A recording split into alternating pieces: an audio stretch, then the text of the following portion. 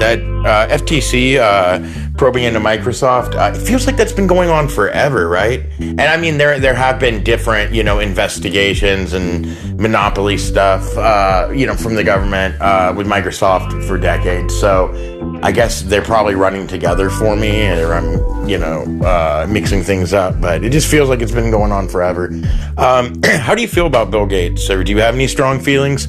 I don't believe a lot of the conspiracy theories with him, and I don't think he's any more of a supervillain than most rich, white, powerful men. There's a little bit of supervillainy in all those guys, right? But he does a lot of decent charity work, and seems like not a horrible person from what I've seen in interviews and stuff, but I really don't know much about the guy and stuff. And there's reports he was on Epstein's flight logs and stuff, but just being on those flight logs doesn't mean you're a pedophile or a sex criminal. I'm sure there were a lot of people he brought out there that didn't, participate in anything disgusting or know anything about it, but he might have, who knows? But I don't know. It just seems like more and more people paint him as like this giant supervillain type guy, and I'm like, are you serious? Elon Musk is standing right there. Like, I don't So know. the FTC, I believe, has been looking into Microsoft and various things for a while. What strikes me the most about that headline, and I didn't read the article on it, but it strikes me that they're doing that now. They're opening up a wide-ranging probe of Microsoft right now, with like a month and a half before the administration's changeover. And so I'm not really sure what that indicates. I'm not sure if that means that they're confident that they'll be able to see this through to the end, or if they're trying to take on a big project like this right now so that they can essentially be in the middle of it and, hopefully have some argument leverage to convince them to let them finish it, or if they're able to somehow convince the Trump administration that they're doing good work, then maybe they'll let them finish it. It's an interesting thing because people like Trump and Elon Musk, they don't want this antitrust stuff, and they're definitely the ones who are susceptible to the types of lobbying interests that would steer them away and basically would encourage them to shut down whatever stuff like that the FTC is doing. But other people in the sort of current Republican orbit, people like even J.D. Vance, or like I mentioned, Matt Gaetz has spoken pretty highly of the FTC and Lena Khan, even though Matt Gaetz isn't there anymore. So it's not impossible that somebody in there would make the decision that these FTC probes should be allowed to continue. Elon Musk just made a statement recently about the Consumer Protection Bureau, saying that it should just be like completely wiped, which would obviously be a horrible move. It's one of the most beneficial organizations that we have. They cost like about $1 billion over the last year and brought in like $20 billion in revenue and basically fines from all these companies that have ripped people off. So obviously that's the kind of thing that Elon Musk is going to target because he wants companies to be able to rip people off. But the FTC taking on such a big project at this moment is curious to me, and I wonder if they're trying to get as much done while they can, or if they have some confidence that they'll be able to get pretty far into this project. I'm not really sure what the logic is there. As far as Bill Gates, I don't have very fond perspectives on him. He lately, his lobbying has leaned on the wrong side of things. I'm aware he's done some decent charity stuff, but I think there's plenty of reason to be skeptical of him. I think that he's been leaning Republican. And there was something else that I heard about him recently. I'm not able to put my finger on it right now, but something that he was putting his money into or lobbying for or something like that is somehow related to Trump's agenda at the moment. And, just signal that he is just as bad as any right-wing billionaire. He just kind of has a little bit more of like a veneer of liberalism. But yeah, I don't trust him at all. I don't blame people for making him out to be a monster. I don't think he's as bad as some, but I think he's he's plenty bad. And, any company like his that is sort of aggressively pursuing AI at all costs, I think is like doing a net negative service to the planet and is also probably going to crash and burn at some point. So hopefully this FTC investigation into Microsoft encourages that. That's how I would hope to see that go, and hopefully they set a precedent for breaking up some of these companies that own just like insane amounts of IP, which are now moving into AI to do even more fucked up things and use data that they don't own and all kinds of gross, creepy, shady shit. So yeah, I mean, I think Bill Gates is shady. I don't feel particularly like animated in my feelings about him. But I don't think he's a good dude. And his associations with Epstein are pretty sketchy. He did some interviews about it that he was the opposite of forthcoming. And there's some speculation that his wife, who divorced him recently, that it was in relation to that and some of the information that was coming out about Epstein. So yeah, fuck Bill Gates. All my homies hate Bill Gates. Interesting. It's pretty disappointing, I guess. I mean, not terribly surprising at all that he sucks. It's not like I was a fan of Bill Gates. I've never been a Microsoft fan. Linux all the way. But I figured Bill Gates was one of the least bad billionaires with his charity work and such. But that's often a front, or just to bring down their taxes and stuff like that. I figured he was one of those that thinks they're good. I guess they all think they're a good person. Elon Musk thinks he's doing the right thing.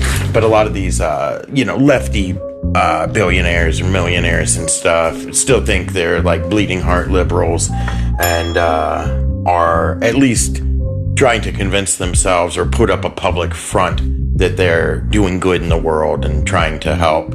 I thought he was more one of those, but I guess he's just another, straight up enemy like the rest of them. Not terribly surprising there. I did a little bit of reading on this, not much. I bookmarked a couple things to follow up with later when I have more time. But so the FTC, I guess that's Federal Trade Commission, banging into Microsoft for antitrust stuff. Seems to be focused a lot on their cybersecurity AI and their cloud computing licenses that they're using their like position in the market to kind of strong arm companies into, which is obviously pretty shitty. But it looks like Lena Khan, who's the head of the FTC right now, is doing this move now. It seems just because she knows she's going to be out when Trump comes in. They have a long history of not liking each other, her, opposing his bullshit. And he has apparently made comments to people that she will go his first week in office. So we'll see what happens. But if she can do anything to, at least get the ball rolling on this or strike a major blow to a big shitty corporation like Microsoft on her way out, I think that's a nice feather in her cap. Yeah, that's what I was wondering about. I've been curious about what was going to happen with Lena Khan pretty much this whole time. But yeah, I'm not surprised that Trump has been talking about getting rid of her, just because she's one of the number one people that his rich friends are going to be whispering in his ear about. So it's just odd to me that she would start this now. Like, I just don't really get what she thinks is going to happen between now and whenever she's fired. And again, there was, I mentioned this, but I think there were some people saying that they could whatever the word is, like reinstate her into the FTC now so that she has a longer stay there. That's at least something theoretically possible, but I don't know if the Democrats are going to do it. So, yeah, I don't know how far this whole thing is going to go, but I guess it's an interesting move to open it up now. Oh, that's what it was about Bill Gates. It's not necessarily a recent thing, but he had a major hand in like the dismantling of public schools in America. He's big on that, on I guess the push for private schools or charter schools or whatever it is, whatever these billionaires' interests are that makes them want to fucking destroy public schooling. But as far as I understand, he's one of the main proponents of that, and that is probably one of like 3 of the most despicable things that the billionaire class have made a mission out of. Yeah, maybe number one even. I don't know. It's pretty fucked up. And I never really understood why they seem to have a hard-on against public schools. I know they never went to one and probably, never within a couple miles of one.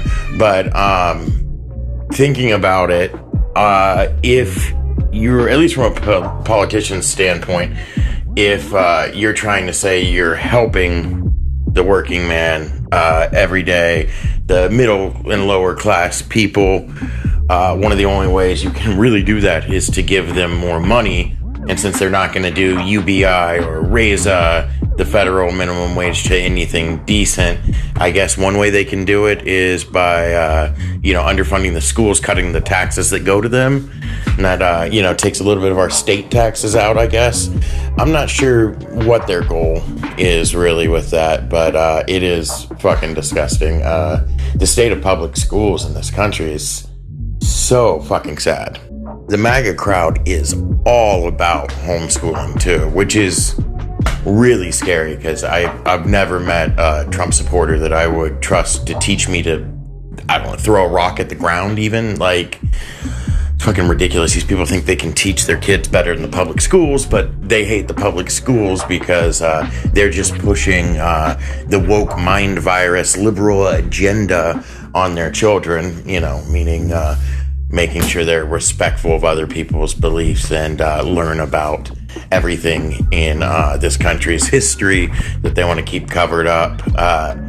It's really concerning when you have a political movement in the country that is like attacking journalists and teaching people that journalism is wrong and that you can't trust journalists, and then they're telling you to pull your kids out of school and educate them yourselves. Like, that is just very clearly the beginning of the end for this country if it doesn't get nipped in the bud.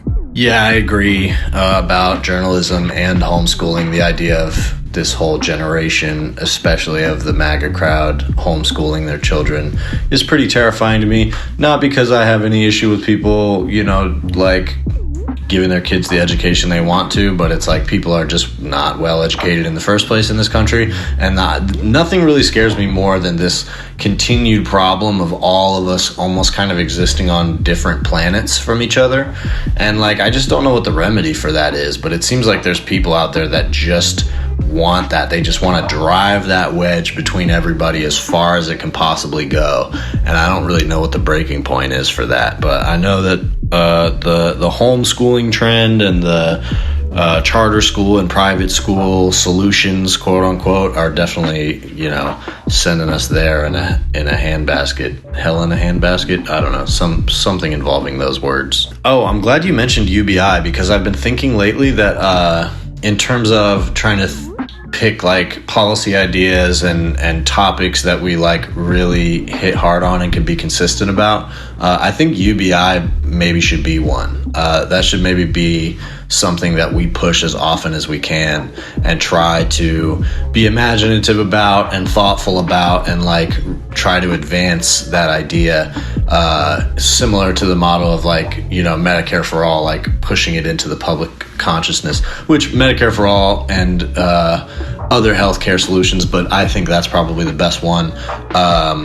That's also good things to push for, and we should mention stuff like Medicare for all like at every opportunity, just to push these ideas further. But the thing about UBI that's a little intriguing to me is that it's kind of a nonpartisan issue. It hasn't been fully politicized yet for whatever reason, even though it's clearly a left-wing idea. Andrew Yang was the one who like really proposed it on the public stage, and then now it's kind of like weird and floating in limbo where some of these AI tech guys even like the idea of UBI because it would kind of give them free license to whatever, steal and profit as much as they want. But it strikes me that UBI and different things like that, really just money flowing to people.